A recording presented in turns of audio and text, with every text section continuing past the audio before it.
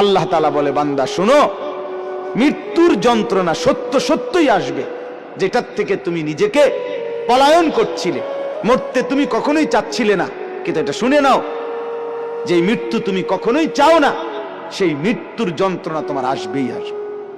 সাকরাতুল মউত, হাত্তাকে এমনকি আল্লাহর নবী সাল্লাল্লাহু আলাইহি সাল্লাম পর্যন্ত ইন্তেকালের পূর্বে নবীজি হাদিসে স্পষ্ট আছে, আম্মা জান আয়েশা বলছেন, নবীজি সাল্লাল্লাহু আলাইহি সাল্লাম একটা বাটির মধ্যে পানি দিছে, আর নিজের পবিত্র ডান হাত মোবারক দিয়ে হাত দিয়া এই বাটির পানির মধ্যে চুবাইতেছিলেন, আর কপালের ঘাম মুছতেছিলেন নবীজি, আর বলতেছিলেন, লা ইলাহা ইল্লাল্লাহ ইন্না লিল মাউতি সাকারাত, আল্লাহ আপনি ছাড়া আর কোনো ইলাহ নাই, আহা মৃত্যুর তো বড়ই যন্ত্রণা।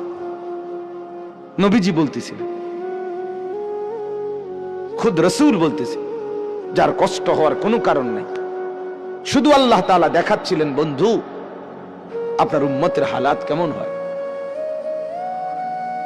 নবীজি বলতেছিলেন, হায় মৃত্যুর তো বড় যন্ত্রণা। হযরত ফাতেমা রাদিয়াল্লাহু তাআলা আনহা, ওই হাদিসে আছে, ফাতেমা রাদিয়াল্লাহু তাআলা আনহা তখন কাঁদতেছিলেন, নবীজির মেয়ে, আর কাঁদতে কাঁদতে বলতেছিলেন, ওয়া কারাবাহ ইয়া আবাতা, আরবীয় আফসোসের বাক্য, হায় আমার আব্বা, না জানি আপনার কি কষ্ট হচ্ছে। আল্লাহর নবীর সাথে সাথে বলছে, লা ইয়া ফাতেমা, না না ফাতেমা, কষ্ট হচ্ছে না, লাইসা আলা আবিকাল কারব বাদা হাদাল ইয়াউমি আবাদা। সুবহানাল্লাহ। বললেন নবী, ফাতেমা শোনো, আজকে তোমার বাবার জিন্দেগীর কষ্ট সমাপ্ত হচ্ছে, আজকের পরে আর তোমার বাবার কোনো কষ্ট থাকবে না। 23 বছর আমি দিবানিশি মেহনত করছি, কষ্ট করছি, কাঁদছি, চোখের পানি ফেলছি, পাথরের আঘাত সয়েছি, পেটে পাথর বেঁধেছি ক্ষুধার কষ্টে, দান দান শহীদ করেছি, সারা দেহ রক্তাক্ত হয়েছে, আমার অনেক কষ্ট হয়েছে, ঠিক মতো ঘুমাই নাই, ঠিক মতো খানা খাই নাই, ঠিক মতো রাত্রিতে বিশ্রাম করি নাই, বিবিরে সময় দেই নাই, পরিবারকে সময় দেই নাই। এটা বলতে পারবে না এবারে নবীরে ভালোবাসে, এবারে গাইল্লায় অন্য করে। আমার খুব হাসি আসে, জানে কি জবাব দিত এগুলারে, কি তো জবাব দিব, মেয়ে কি জন্য জবাব দিব?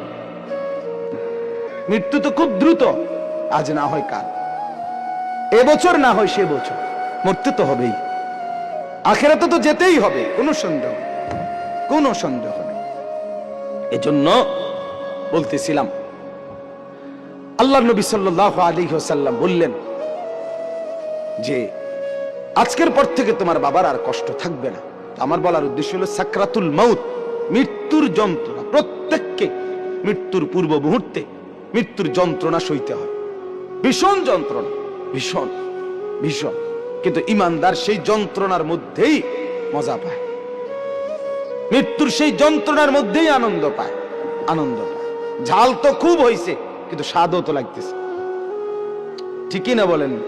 শীতকালীন তরকারি তো ঝাল হইছে, বাকি শীতের ঠান্ডার মধ্যে শীত ঝাল তরকারি খাইতে মজাও তো পাচ্ছে, ঠিক এরকম মৃত্যুর যন্ত্রণা হইতেছে ঠিক, কিন্তু এই যন্ত্রণা মনে যেন চিরে ভিড়ে যাচ্ছে, কিন্তু ঈমানদারের দিল খুশি, কিছুক্ষণের মধ্যেই আমি আমার মাওলার জান্নাত দেখতে পাবো। এটা তখন তাকে সব কষ্ট ভুলায় দেয়, সব কষ্ট ভুলায়।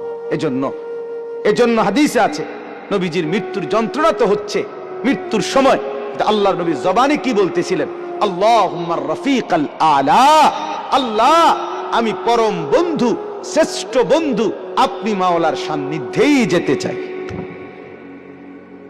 তার মানে যেন আল্লাহ তাআলা বুঝাইছেন, বন্ধু মরবেনও না তা আমাকে আর পাবেন কেন, মরতে তো হবেই, আসতে তো হবেই আমার কাছে। একটা মজার উদাহরণ শুনেন, আমরা কিতাবে পড়ছি, ইব্রাহিম আলাইহিস সালাম, ওনাকে মালাকুল মউত আজরাইল ওনার জান কবজ করার জন্য আসছে। তা আসার পরে আজরাইল জি বলছে, হে আল্লাহর নবী ইব্রাহিম, আমি আসছি আপনার জান কবজ করতে, আপনি যাবেন? ইব্রাহিম আলাইহিস সালাম তখন মালাকুল মউত আজরাইলকে বলছে, আজরাইল কি বললা এটা? আচ্ছা তুমি আল্লাহকে একটা কথা জিজ্ঞেস করো, গিয়া যাও, একটা প্রশ্ন আমার, বলছে কি বলেন? তখন ইব্রাহিম আলাইহিস সালাম বলছে আল্লাহকে তুমি গিয়া বলো আয়াকবিজুল খলিলু রূহা খলিলিহি, কয় বন্ধু আরেক বন্ধুর কি জান কবজ করে? বন্ধু কি বন্ধুরে মাইরা ফেলে? কসাইডে কইতে কম, মানে আমি না আল্লাহর বন্ধু, তা বন্ধু কেমনে বন্ধুর মাইরা লায়? এটা কেমন কথা? আজরাইল গেছেন, আল্লাহ তাআলাকে শুনাইছেন, আল্লাহ তো শুনছেই, তো আল্লাহকে বলছে রব্বুল আলামিন, ইব্রাহিম তো এটা বলছে, কি বলতাম, তো আল্লাহ তাআলা ফেরত আরেকটা কথা বলছে যে আজরাইল তুমি গিয়ে এটা বলো ইব্রাহিমকে। এবার দেখো কি কয়। আজরাইল আসছে, আয়েশা বলতেছে আল্লাহ বলছে আপনাকে জবাবে আয়াকরাহুল খলিলু লিকা খলিলিহি, বন্ধু কি বন্ধুর সাক্ষাৎ পেতে চায় না? বন্ধু কি বন্ধুর মোলাকাত পছন্দ করছে না? বন্ধুর সাক্ষাতে যাবেন না? ইব্রাহিম আলাইহিস সালাম সাথে সাথে বুঝে ফেলছে, হায় আচ্ছা, তো আসলে মৃত্যু না, এটা তো আমারে মেরে ফেলা না, এটা তো আমার রূহ কবজ না, বরং আমাকে তো আমার মাওলার সাথে মিলায়া দেওয়া। তখন সাথে সাথে উনি বলছে ইকবিদ রূহি আল আন ইয়া মালাকাল মউত, হে আজরাইল মালাকুল মউত, এখন আমার রূহ কবজ করো, আমি বন্ধুর কাছেই যেতে চাই। তাহলে সাকরাতুল মউত, মৃত্যুর যন্ত্রণা সহজ হয়, লাঘব হয়, আসানি হয় যদি কোনো মৃত্যু পথযাত্রী মুমূর্ষ ব্যক্তির সামনে সূরা ইয়াসিন তেলাওয়াত করে। আমার বাপ সুন্নত, সুন্নত মৃত্যুর আগে, মৃত্যুর পূর্ব মুহূর্তে কোন বান্দার জন্য কোরআন থেকে পড়া, এটাই হলো মূলত সুন্নত, এটাই সুন্নত। মৃত্যুবরণ করবার পরে পড়া এটা সুন্নত না, এটা সুন্নত না। মৃত্যুবরণ করার আগে পড়া সুন্নত। এরপরে বলে তো কখনোই পড়ানো না, সেটা হলো স্বাভাবিকভাবে আমার আব্বার জন্য আমি দোয়া করব, তার জন্য কোরআনুল কারীম পড়ে পড়ে দোয়া করা, সেটা তো হলো সব সময়ের আমল আমার। কিন্তু এটাকে একটা রসম বানায় নেওয়া, নির্দিষ্ট নিয়ম বানায় নেওয়া, মরছেন তো এইবার 10 জন দিয়ে এবার নির্ধারিত পদ্ধতিতে নির্দিষ্ট এই সময়ের ভিতরেই পড়াইতেই হবে, দোয়া পড়াইতেই হবে, খতম পড়াইতেই হবে, এর মাধ্যমে তাকে কবরবাসীর বা মৃত ব্যক্তিটার উপকার পৌঁছাইতেই হবে। এখন এভাবেই, এটাই নিয়ম, এটাই সিস্টেম, এটা সুন্নত না। এটা কি না বলেন না? সুন্নত না, সুন্নত নয়। আপনি বলবেন, আপনারা বলবেন এই জন্য এগরে ওয়াহাবি কয়, শেষ পর্যন্ত কথা শুনবেন, এটা কয় দেখবা যেই কোনো কিছুতে এরা উল্টাটা কয়। আসলে উল্টাটা চলতে চলতে এখন বারোটা উল্টা হয়ে গেছে, ভাওটা হয়ে গেছে উল্টা, সুন্নতটা হয়ে গেছে অপরিচিত, বেদাতটা হয়ে গেছে পরিচিত, পরিচিত। এখন মুসলমানের ঘরে একটা দস্তরখানের কথা জিজ্ঞেস করিলে এবার লুঙ্গি আনে, কি লুঙ্গি একটা আইনা বিছায় দেয়, গামছা বিছায়া দেয়, অথবা সাদ্দুর কয় হুজুর এটাই সারিব, সারিবলে এত কথা না, তুমি যে জানো না বেটা মুসলমান, এটা না বড় কথা, দুঃখের কথা। তুমি তোমার রসুলের এতটুকু পরিচয় তোমার মধ্যে নাই। আল্লাহ তাআলা আমাদেরকে সুন্নতের মহব্বত করার তৌফিক দান করেন। তাইলে আমি 2টা ফজিলত বললাম, এবার আরেকটা ফজিলত। রাসূলুল্লাহ সাল্লাল্লাহু আলাইহি সাল্লাম বলেন, যে ব্যক্তি সকালবেলা সূরা ইয়াসিন তেলাওয়াত করবে সন্ধ্যা পর্যন্ত সে বিপদ আপদ থেকে নিরাপদ থাকবে।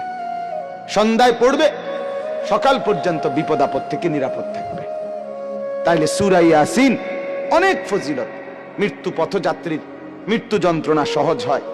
এরপরে সকাল সন্ধ্যায় পড়লে তার আপনার বিপদ আপদ পরেশানি মুসিবত থেকে দূর হয়। সর্বোপরি সূরা ইয়াসিন এটার দ্বারা অনেক বেশি ফজিলত অর্জিত হয়। একজন ইমানদারের উচিত সূরা ইয়াসিনকে নিয়মিত তেলাওয়াতের অংশ হিসাবে গ্রহণ করা। আল্লাহ তাআলা আমাদেরকে তৌফিক দান করেন।